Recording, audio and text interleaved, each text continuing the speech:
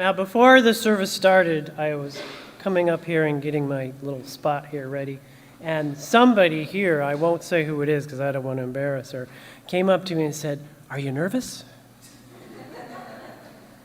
I said, "No, I'm okay." She said, "Good, I don't want you to get nervous." I think I'm okay. Good, because, if you get nervous, we're here for you. So don't get nervous. Okay, I'm getting a little nervous. As many of you know, I am a seminary student, which, as you might imagine, involves doing quite a few things. One requirement is called Clinical Pastoral Education, or CPE, which involves doing chaplaincy work in a clinical setting like a hospital. I was assigned to an elder care facility and became the only chaplain they had ever had in the past 3 years. The residents of the facility only saw doctors and nurses all day long, sprinkled in with an occasional visit from a friend or family member. I decided I would wear a collar while I volunteered there so that people could quickly recognize that I was there to be a chaplain, not just to the residents, but to the staff as well. Last summer, I was fortunate enough to be hired as the summer minister at the Concord UU Church. I decided once again to wear my collar, but this time it was for different reasons. While I was there, I would often take a lunch break and walk into town toward the local coffee shop to get a sandwich. I did this just about every weekday for almost 3 months. And during that time, I got a lot of interesting looks. Some of them looked at me as if I represented all the painful memories of their childhood with their church. And some of them looked at me and smiled warmly as if I was some kind of secret friend. A lot of feelings and memories got projected onto me, but no one ever actually said anything to me. In all that time, only 2 people ever asked me about my collar. The first comment was from a young boy, about 8 years old. I was walking past the cheese shop. I love that place. When I noticed a mother who was about to enter with a stroller. I held the door open for them, and the little boy looked at me and said, "I like your rainbow." And I said, "Thank you. Do you know what it stands for?" He said, "No." And I said, "It means that everyone is sacred, including you." And his mother just looked at me and went, "Mm-hmm."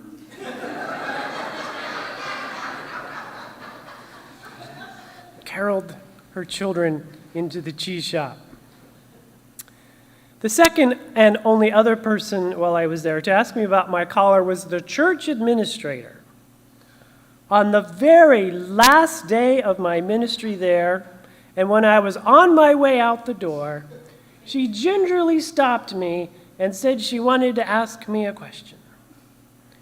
She looked at me as if she was about to ask if I was an international spy or undercover agent, because she kept stalling. But finally she let it out and asked me, "Why do you wear that collar?" The answer I gave her became the basis for this sermon, but before I give my reasons, I want to talk about how the clerical collar came to be. This clerical collar, as we now call it, actually began as a sign of protest. Before the Reformation, Catholic priests wore cassocks, which were long, straight robes fashioned after the old Roman model. After the Reformation, Protestant ministers did not want to look like Catholic priests. So at first, they refused to wear any kind of special clothing and wore regular street clothes instead. They soon discovered, though, that being identifiable as a member of the clergy was an important part of their work with the community. To set themselves apart, some Protestants started wearing a white scarf called a cravat around their necks. And if you go out there, there's a portrait on the side, and you can see, there's no name, I don't know who it is, but whoever it is wearing a cravat. You can see some of these outfits in pictures of early Unitarian and Universalist ministers. Eventually, the collar of their shirts, before that, they added a couple of white bands, and these were called preaching bands. So sometimes you see these little bands attached to it. Eventually, though, the collar of their shirts, which was in the back, was flipped over the cravat until only the front section was left, giving us roughly the present design. By the mid-20th century, however, most Protestant ministers went back to wearing street clothes, except during services, while the high church ministers, such as the Catholics, the Anglicans, and the Episcopalians, adopted the modern clerical collar. Most Unitarians and Universalist ministers returned to wearing street clothes as well. A notable exception to this was a small group of ministers who studied at the Tufts University School of Theology. They became influenced by the high church style of worship. They called themselves the Humiliati, which means the humble ones. These young ministers in 1945 felt that Universalism as a religious tradition was declining in significance. One reason they gave for this downturn was that worship had become too intellectual. It was all head and no heart. Interestingly enough, that debate still goes on today, and I believe what they were saying then may still have relevance today. The Humiliati believed in the importance of ritual as a way of connecting to the divine in all aspects through the mind, the body, the heart, and the spirit. They believed symbols were important and powerful ways to understand and relate to the sacred, and they saw clerical clothing and vestments as symbols of their spiritual goals. They were the first ones to use the stole over their robes as a symbol of their calling in the same way that the earlier Protestant ministers wore their preaching bands. Many UU ministers today still wear stoles during worship. Not all Universalist or Unitarian ministers had the same view about wearing vestments, however, and the Humiliati were often scorned and ridiculed for wearing a collar in public. So that's why I wear one. No, that's not. The small band of spiritual brothers would eventually influence the way that Universalists and later Unitarian Universalists would lead worship. Their symbol, the offset cross in a circle, was adopted by many UU churches and would eventually develop into the flaming chalice symbol we know.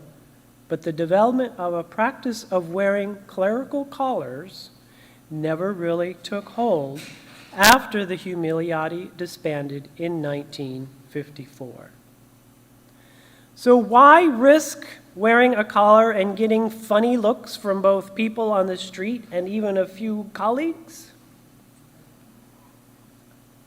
I have 3 reasons. As a reminder to myself, as a recognition as being a service professional, and as an alternative to the fundamentalist principles. When I was a college professor, I wore a tie every day to class. It was a way of reminding myself that I had a responsibility to my students for their education and for their future. And I wanted my students to know that I took those responsibilities seriously. As an almost minister, I wear the collar to remind myself that I am not here to serve my own needs, but that my responsibility is to others, to the ideals of our liberal religious tradition, and now to this congregation. Wearing a clerical collar is how I have chosen to let my light shine. Secondly, I want people to know that I am here to listen and to help people reflect on their spiritual lives. Service professionals like police officers, emergency rescuers, fire workers, doctors, and nurses, for example, wear uniforms that identify who they are and that they are there to help. Most of those professionals help people who may suffer bodily or even mental harm. Clergy are also service professionals, but we focus more on the emotional and spiritual aspects of healing. Though others may deal with the mind and the body, we are meant to deal with the heart and the soul. And by soul, I do not mean some magical entity. It is to me that by which we connect to something greater than ourselves. The soul is the connection to the divine. However, you may define it. But perhaps the most heartfelt reason I wear a collar is because I want people to know that there is an alternative to the ultra-conservative theology that is wreaking so much havoc around this country and around the world. You may notice that the actual collar around my neck is not the traditional white band, which I never wear. In its place, I have placed a rainbow collar, which, by the way, I had to make by myself because there's none out there. Like I said to the young boy last summer, I want it to represent that all people, all beings, and all of the natural world is sacred. I want people to know that not all clergy believe in the idea of an angry male God who sits in the clouds in judgment and helps people win football games. I want people to know that there are those of us who ask how any God could possibly say, I love these people, but I don't love these people. I want people to know that you are not born a sinful child, but that you, no matter who you are, no matter where you came from, no matter how you come to identify yourself, are just as worthy of love and respect as any other being on this planet. I want people to know that we are all responsible for our actions to each other and to the living planet on which we depend on for our existence. And finally, I want people to know that all religions possess some elements of truth, wisdom, and hope, and deserve equal respect and honor from all of us. There are no chosen people. There is no sacred nation. There is no eternal punishment or reward for your actions. And there is no source of evil to blame your hurtful actions upon. Yet, there is still meaning and purpose to our lives, and there is joy and wonder to be embraced while we are here together. Religion has relevance and can bring meaning and purpose to our lives. That is the message I want to bring out through my ministry. I believe it may be one of the ways to save this world. I want people to know who we are, that we offer a compassionate alternative to conservative theology, that religion can be a force for good, and that it can add value to our lives. Here in the birthplace of our religious tradition, few people even know that what Unitarian Universalism is. And though I am working to become recognized as a minister, the truth is that anytime you help others, you are doing the same work. We are all ministers of our faith. And I urge you to let people know who you are. I invite you to share this message of hope and compassion with others wherever you go. There are many ways to let people know who you are and why you are, to let the light of truth and hope shine on in this world. I invite you to find your own way, to let your light shine. In the name of that which you hold in your heart to be sacred, so may it be.